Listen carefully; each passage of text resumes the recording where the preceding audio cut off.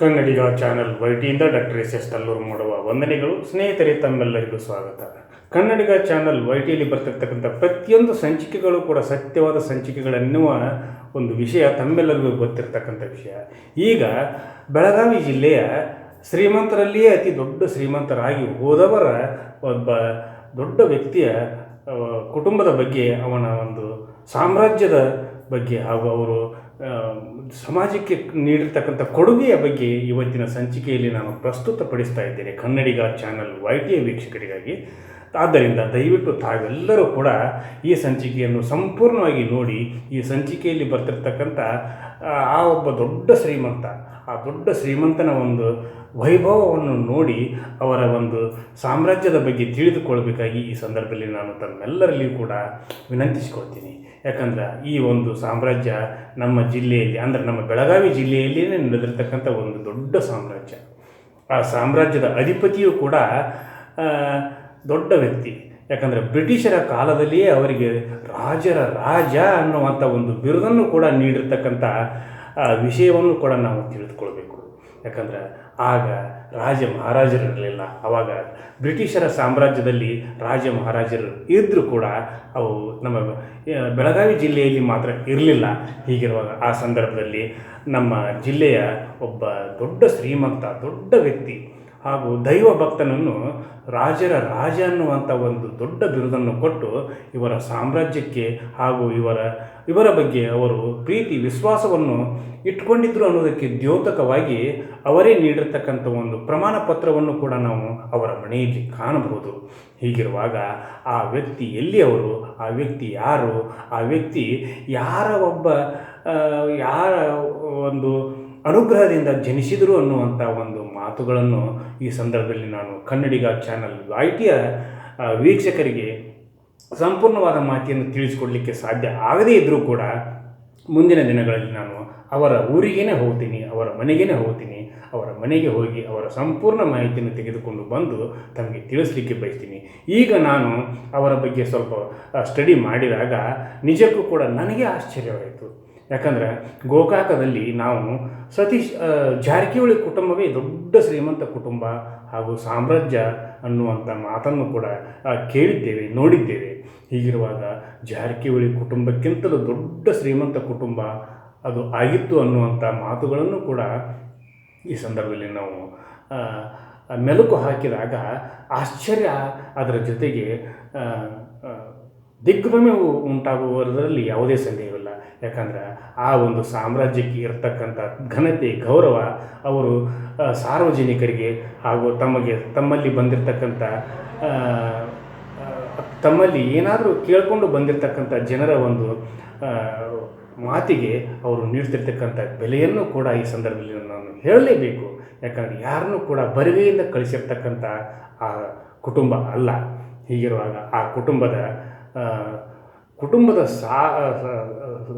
ಕುಟುಂಬದ ಸಾಮ್ರಾಜ್ಯವನ್ನು ಬೆಳೆಸಿರ್ತಕ್ಕಂಥ ವ್ಯಕ್ತಿಯೂ ಕೂಡ ದೊಡ್ಡ ಶ್ರೀಮಂತ ಅಂದ್ರೇನು, ಅವನ ಒಂದು ಸಾಮ್ರಾಜ್ಯದಲ್ಲಿ, ಅವನ ಒಂದು ಅಧಿಪತ್ಯದಲ್ಲಿ 4,000 ಬಸ್ಸುಗಳು ಹಾಗೂ 9,000 ಲಾರಿಗಳನ್ನು ಹೊಂದಿದ್ರು ಅನ್ನುವಂಥ ಒಂದು ಮಾತನ್ನು ಕೂಡ ಈ ಸಂದರ್ಭದಲ್ಲಿ ನಾನು ಹೇಳಲಿಕ್ಕೆ ಬಯಸ್ತೀನಿ. ಜೊತೆಗೆ 9,000 ಎಕರೆ ಆಗಿನ ಸಂದರ್ಭದಲ್ಲಿ, ಅಂದರೆ ಸುಮಾರು 120-130 ವರ್ಷಗಳ ಹಿಂದೆ 9,000 ಎಕರೆ ಜಮೀನನ್ನು ಕೂಡ ಹೊಂದಿರತಕ್ಕಂಥ ಸಾಮ್ರಾಟ ಆಗಿದ್ದರು ಅನ್ನುವಂಥ ಮಾತನ್ನು ಕೂಡ ಈ ಸಂದರ್ಭದಲ್ಲಿ ನಾವು ಮೆಲುಕು ಹಾಕಬೇಕು. ಯಾಕಂದರೆ ಅವರ ಕುಟುಂಬ ಇನ್ನೂ ಕೂಡ ಇದೆ, ಅವರ ಮನೆಯೂ ಇದೆ. ಅವರ ಮನೆ ಅಂತಿಂತ ಮನೆಯಲ್ಲೇ ಅಲ್ಲ, ಸಾಗವಾನಿ ಕಟ್ಟಿಗೆಯಲ್ಲಿನೇ ನಿರ್ಮಾಣ ಮಾಡಿರ್ತಕ್ಕಂಥ ಒಂದು ಬೃಹತ್ ಮನೆ. ಯಾಕಂದರೆ ಅದು 5 ಅಂತಸ್ತಿನ ಮನೆ. ಆ 5 ಅಂತಸ್ತಿನ ಮನೆಯಲ್ಲಿ ಅವರು ವಾಸ ಮಾಡ್ತಾಯಿದ್ರು, ಅವರ ಸಾಮ್ರಾಜ್ಯವನ್ನು ವಿಸ್ತರಿಸಿದರು ಅನ್ನುವಂಥ ಮಾತುಗಳು ಕೂಡ ಕೇಳಿ ಬರ್ತಾ ಇವೆ. ಯಾಕಂದರೆ ಅವರು ಮೂಲತಃ ಅವರು ಒಬ್ಬ ಈ ಬೆಳಗಾವಿ ಜಿಲ್ಲೆಯವರಲ್ಲ.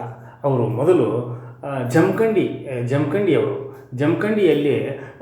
ಜಮಖಂಡಿ ತಾಲೂಕಿನಲ್ಲಿ ಇರ್ತಕ್ಕಂಥ ಒಬ್ಬ ವ್ಯಕ್ತಿ, ಅವರ ತಂದೆ ಆಗ ಬಬಲಾದಿ ಸ್ವಾಮೀಜಿಗಳ ಭಕ್ತರಾಗಿದ್ದರು. ಯಾರು?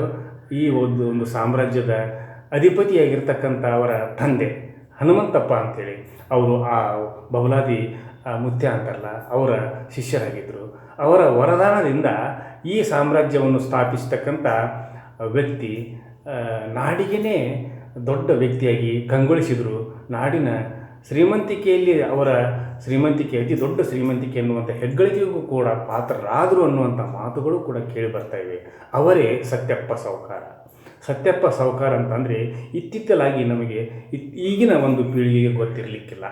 ಆದರೆ ಆಗಿನ ಸಂದರ್ಭದಲ್ಲಿ ಸತ್ಯಪ್ಪ ಸಾವುಕಾರ ಅಂತಂದರೆ ಈಗ ಇರ್ತಕ್ಕಂಥ ನಮ್ಮ ಸತೀಶ್ ಸಾವುಕಾರ ಅಲ್ಲ.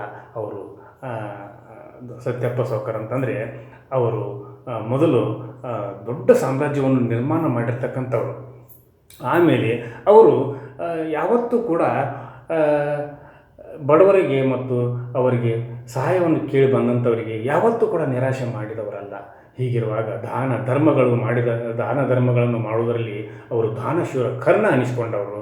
ಹಾಗೂ ಅವು ಬಲಗೈ ಕೊಟ್ಟದ್ದು ಎಡಗೈ ಗೊತ್ತಾಗಬಾರ್ದು, ಎಡಗೈ ಕೊಟ್ಟದ್ದು ಬಲಗೈ ಗೊತ್ತಾಗಬಾರ್ದು ಏನಂತಾರಲ್ಲ, ಆ ರೀತಿ ಅವರು ದಾನ ಧರ್ಮಗಳನ್ನು ಮಾಡ್ತಾಯಿದ್ರು. ಸಾಂಗ್ಲಿ ಹಾಗೂ ಬಿಜಾಪುರ, ಬೆಳಗಾವಿ, ಈ ಗೋಕಾಕ, ಹೀಗೆ ಹಲವಾರು ಬಳ್ಳಾರಿ, ಹೀಗೆ ಹಲವಾರು ಜಿಲ್ಲೆಗಳಲ್ಲಿ ಅವರು ತಮ್ಮ ಸಾಮ್ರಾಜ್ಯವನ್ನು ವಿಸ್ತಾರ ಮಾಡಿಕೊಂಡಿದ್ದರು. ಯಾಕಂದರೆ 9,000 ಎಕರೆ ಆಗಿನ ಸಂದರ್ಭದಲ್ಲಿ ಅಂತಂದರೆ ಅದೇನು ಹುಡುಗಾಟಿಕೆಯ ಮಾತಲ್ಲ. ಹೀಗಿರುವಾಗ ಅವರ ಸಾಮ್ರಾಜ್ಯದ ವಿಸ್ತೀರ್ಣ ಎಷ್ಟಿತ್ತು, ಅವರ ಸಾಮ್ರಾಜ್ಯ ಇಷ್ಟು ದೊಡ್ಡ ಪ್ರಮಾಣದಲ್ಲಿ ಆಗಬೇಕಾದ್ರೆ ಏನು ಕಾರಣ ಅನ್ನೋದು ಕೂಡ ಅದಕ್ಕೂ ಕೂಡ ಒಂದು ಕಾರಣ ಇದೆ. ಯಾಕಂದರೆ ಇವರು ಎಕ್ಸೈಸ್ ಕಾಂಟ್ರಾಕ್ಟರ್ ಆಗಿದ್ದರು. ಎಕ್ಸೈಸ್ ಕಾಂಟ್ರಾಕ್ಟರ್ ಆದಮೇಲೆ ಇವರಿಗೆ ಬಳ್ಳಾರಿ, ಕೊಪ್ಪಳ, ಬೆಳಗಾವಿ ಜಿಲ್ಲೆ, ಹೀಗೆ ಹಲವಾರು ಜಿಲ್ಲೆಗಳಿಗೆ ಇವರು ಕಾಂಟ್ರಾಕ್ಟ್ ಪಡೆದಿದ್ದರು. ಆ ಒಂದು ಎಕ್ಸೈಸ್ ಅಂದರೆ ಸಿಂಧಿ ವ್ಯಾಪಾರ ಭಾಳ ಜೋರಾಗಿತ್ತು ಆ ಸಂದರ್ಭದಲ್ಲಿ. ನಮಗೂ ಕೂಡ ನಾವು ಚಿಕ್ಕವರಿದ್ದಾಗ ಸಿಂಧಿ ವ್ಯಾಪಾರ ಮಾಡೋದನ್ನು ಕೂಡ ನಾವು ನೋಡಿದ್ದೇವೆ. ಹೀಗಿರುವಾಗ ಆ ಸಮಯದಲ್ಲಿ ಸಿಂಧಿಯನ್ನು ಇಲ್ಲಿ ಸಿಂಧಿ ತಯಾರು ಮಾಡೋದು, ಅದನ್ನು ಒಂಟಿ ಆನೆಗಳ ಮೇಲೆ ಬಳ್ಳಾರಿ, ಕೊಪ್ಪಳ ಮುಂತಾದ ಕಡೆಗಳಿಗೆ ಹೋಗಿ ಅದನ್ನು ಸಪ್ಲೈ ಮಾಡೋದು. ಬರುವಾಗ ಒಂಟಿ ಆನೆಗಳ ಮೇಲೆಯೇ, ಈಗಿನಂತೆ ಆವಾಗ ವಾಹನ ಸೌಕರ್ಯ ಇರಲಿಲ್ಲ. ಆವಾಗ ಒಂಟಿ ಆನೆಗಳ ಮೇಲೇ ಸಿಂಧಿಯನ್ನು ಒಯ್ದು ಕೊಟ್ಟು ಬರ್ತಿದ್ರು. ಬರುವಾಗ ಈಗಿನಂತೆ ಆವಾಗ ನಾಣ್ಯಗಳು ಇರಲಿಲ್ಲ, ಈಗಿನಂತೆ ರೂಪಾಯಿಗಳು ಇರಲಿಲ್ಲ. ಆವಾಗ ಬೆಳ್ಳಿಯ ನಾಣ್ಯಗಳು ಇದ್ದವು. ಆ ಬೆಳ್ಳಿಯ ನಾಣ್ಯಗಳನ್ನು ಒಂಟೆಯ ಮೇಲೆ, ಆನೆಗಳ ಮೇಲೆ ಚೀಲಗಳಲ್ಲಿ ಹೇರಿಕೊಂಡು ಊರಿಗೆ ಬರ್ತಿದ್ರು. ಹೀಗೆ ಬರ್ತಿರ್ತಕ್ಕಂಥ ಒಂದು ಸಂಪತ್ತನ್ನು ಅವರು ತಮ್ಮ ನೆಲಮಾಳಿಗೆಯಲ್ಲಿ ಅವರು ಶೇಖರಿಸಿ ಇಡ್ತಿದ್ರು ಅನ್ನುವಂಥ ಮಾತುಗಳು ಕೂಡ ಕೇಳಿ ಬರ್ತಾ ಇವೆ. ಹೀಗಿರುವಾಗ ಸುಮಾರು ಇವರು ಗೋಟೆ ಮತ್ತು ಇನ್ನೂ ಹಲವಾರು ಸಂಘ ಸಂಸ್ಥೆಗಳ ಒಂದು ಜೊತೆಗೆ ನಿಕಟ ಸಂಪರ್ಕವನ್ನು ಕೂಡ ಹೊಂದಿದ್ರು ಅನ್ನುವಂಥ ಮಾತುಗಳನ್ನು ಕೂಡ ನಾವು ಕೇಳ್ತಾ ಇದ್ದೇವೆ.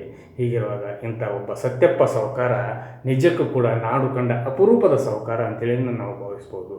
ಇಂಥ ಸಾವುಕಾರ ನಿಜಕ್ಕೂ ಕೂಡ ನಮ್ಮ ನಾಡಿನಲ್ಲಿ, ನಮ್ಮ ಬೆಳಗಾವಿ ಜಿಲ್ಲೆಯಲ್ಲಿ, ಅದು ಗೋಕಾಕದ ತಾಲೂಕಿನಲ್ಲಿ ಗೋಕಾಕದಲ್ಲಿ ಇದ್ದರು ಅನ್ನುವಂಥ ಮಾತುಗಳನ್ನು ಕೇಳಿದಾಗ ಮೈಮನ ರೋಮಾಂಚನವಾಗ್ತೈತಿ.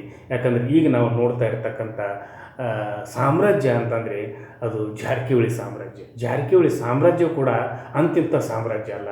ಯಾಕಂದರೆ ಅವರು ಕೂಡ ದಾನಶೂರ ಕರ್ಣರು. ಆಮೇಲೆ ಅವರು ಕೂಡ ಸಮಾಜಕ್ಕೆ ತಮ್ಮದೇ ಆದಂಥ ಕೊಡುಗೆಯನ್ನು ನೀಡ್ತಾ ಬಂದಿರತಕ್ಕಂಥ ಒಂದು ದೊಡ್ಡ ಕುಟುಂಬ. ಹೀಗಿರುವಾಗ ಈ ನಿಜಕ್ಕೂ ಕೂಡ ಗೋಕಾಕ್ ತಾಲೂಕು ಅದೃಷ್ಟ ಪಡೆದಿರ್ತಕ್ಕಂಥ ಒಂದು ತಾಲೂಕು ಅಂತಲೇ ಭಾವಿಸ್ಬೋದು.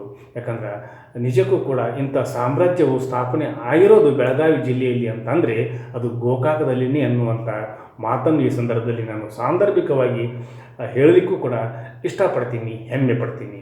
ಯಾಕಂದ್ರೆ ಯಾವತ್ತೂ ಕೂಡ ಗೋಕಾಕದ ಜನ ಯಾರಿಗೂ ಕೂಡ ಕೇಡನ್ನು ಬಯಸ್ತಾ ಇರ್ತಕ್ಕಂಥ ಜನ, ಹಾಗೂ ಅವರು ಯಾವತ್ತೂ ಕೂಡ ಇನ್ನೊಬ್ಬರಿಗೆ ಅನ್ಯಾಯ ಮಾಡುವಂಥ ಜನ ಅಲ್ಲ. ಹೀಗಿರುವಾಗ ಅವರಲ್ಲಿ ಏನೋ ಒಂದು ಶಕ್ತಿ ಇದೆ. ಆ ಶಕ್ತಿಯ ಪ್ರಭಾವದಿಂದ ಆ ಒಬ್ಬ ಸತ್ಯಪ್ಪ ಸಾವುಕಾರರು ಕೂಡ ಆಗಿ ಹೋದರು. ಈಗ ಬೆಳಗಾವಿ ಜಿಲ್ಲೆಯಲ್ಲಿ ಇರ್ತಕ್ಕಂಥ ಜಾರಕಿಹೊಳಿ ಸಾವುಕಾರರು ಕೂಡ ಅದೇ ರೀತಿಯಲ್ಲಿ ನಡೀತಾ ಇದ್ದಾರೆ. ಹೀಗಿರುವಾಗ ನಿಜಕ್ಕೂ ಕೂಡ ಬೆಳಗಾವಿ ಜಿಲ್ಲೆಯಲ್ಲಿ ಹುಟ್ಟಿರ್ತಕ್ಕಂಥ ಪ್ರತಿಯೊಬ್ಬರು ಕೂಡ ಹೆಮ್ಮೆ ಪಡ್ತಿರ್ತಕ್ಕಂಥ ಸತ್ಯಪ್ಪ ಸಾವುಕಾರ, ಆಗಿನ ಸಾವುಕಾರ, ಈಗಿನ ಜಾರಕಿಹೊಳಿ ಕುಟುಂಬದ ಸತ್ಯಪ್ಪ ಸಾವುಕಾರ, ಇವರಿಬ್ಬರೂ ಕೂಡ ನಿಜಕ್ಕೂ ಕೂಡ ಹೆಮ್ಮೆಯ ನಾಡಿನ ಪ್ರತೀಕಗಳು ಅನ್ನುವಂಥ ಮಾತನ್ನು ಕೂಡ ಈ ಸಂದರ್ಭದಲ್ಲಿ ನಾನು ಹೇಳಲಿಕ್ಕೆ ಬಯಸ್ತೀನಿ. ಯಾಕಂದರೆ ಜಾರಕಿಹೊಳಿ ಕುಟುಂಬವೂ ಕೂಡ ಸಮಾಜದಲ್ಲಿ ತನ್ನದೇ ಆದಂಥ ಕೊಡುಗೆ ಕಾಣಿಕೆಗಳನ್ನು ನೀಡಿರ್ತಕ್ಕಂಥ ಶೈಕ್ಷಣಿಕ ಕ್ಷೇತ್ರದಲ್ಲಿ ಆಗಿರಲಿ ಹಾಗೂ ಔದ್ಯಮಿಕ ಕ್ಷೇತ್ರದಲ್ಲಿಯೇ ಆಗಿರಲಿ, ತನ್ನದೇ ಆದ ರಾಜಕೀಯ ಕ್ಷೇತ್ರದಲ್ಲಿಯೇ ಆಗಿರಲಿ, ಧಾರ್ಮಿಕ ಕ್ಷೇತ್ರದಲ್ಲಿಯೇ ಆಗಿರಲಿ, ತನ್ನದೇ ಆದಂಥ ಒಂದು ಛಾಪನ್ನು ಮೂಡಿಸಿರ್ತಕ್ಕಂಥದ್ದು ಜಾರಕಿಹೊಳಿ ಕುಟುಂಬ.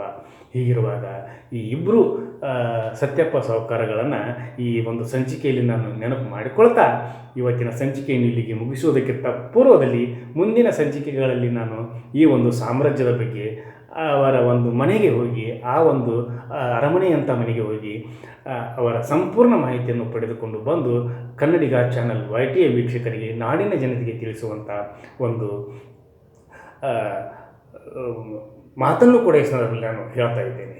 ಹೀಗಿರುವಾಗ ಕನ್ನಡಿಗ ಚಾನಲ್ YTIಲಿ ಬರ್ತಿರ್ತಕ್ಕಂಥ ಎಲ್ಲ ಸಂಗತಿಗಳು ಕೂಡ ಸತ್ಯವಾಗಿರ್ತವೆ ಅನ್ನೋದಕ್ಕೆ ಉದಾಹರಣೆಯಾಗಿ ಇವತ್ತಿನ ಸಂಚಿಕೆ. ಈ ಸಂಚಿಕೆ ನಿಮಗೆ ಇಷ್ಟವಾಗಿದ್ದರೆ ನೀವೆಲ್ಲರೂ ಕೂಡ ಸಬ್ಸ್ಕ್ರೈಬ್ ಮಾಡಿರಿ, ಶೇರ್ ಮಾಡಿರಿ, ಲೈಕ್ ಮಾಡಿರಿ. ಆಮೇಲೆ ಈ ಸಂಚಿಕೆಯನ್ನು ನಾಡಿನಾದ್ಯಂತ ನೀವು ತಲುಪಿಸುವಂಥ ಕೆಲಸಗಳನ್ನು ಮಾಡ್ತೀರಾ ಅನ್ನುವಂಥ ಒಂದು ಸದುದ್ದೇಶದಿಂದ ಇವತ್ತಿನ ಸಂಚಿಕೆಯನ್ನು ಇಲ್ಲಿಗೆ ಮುಗಿಸಿ ನಾಳಿನ ಸಂಚಿಕೆಯೊಂದಿಗೆ ತಮ್ಮ ಜೊತೆ ಹಾಜರಾಗ್ತೀನಿ. ಅಲ್ಲಿವರೆಗೂ ನನ್ನ ನಮಸ್ಕಾರ.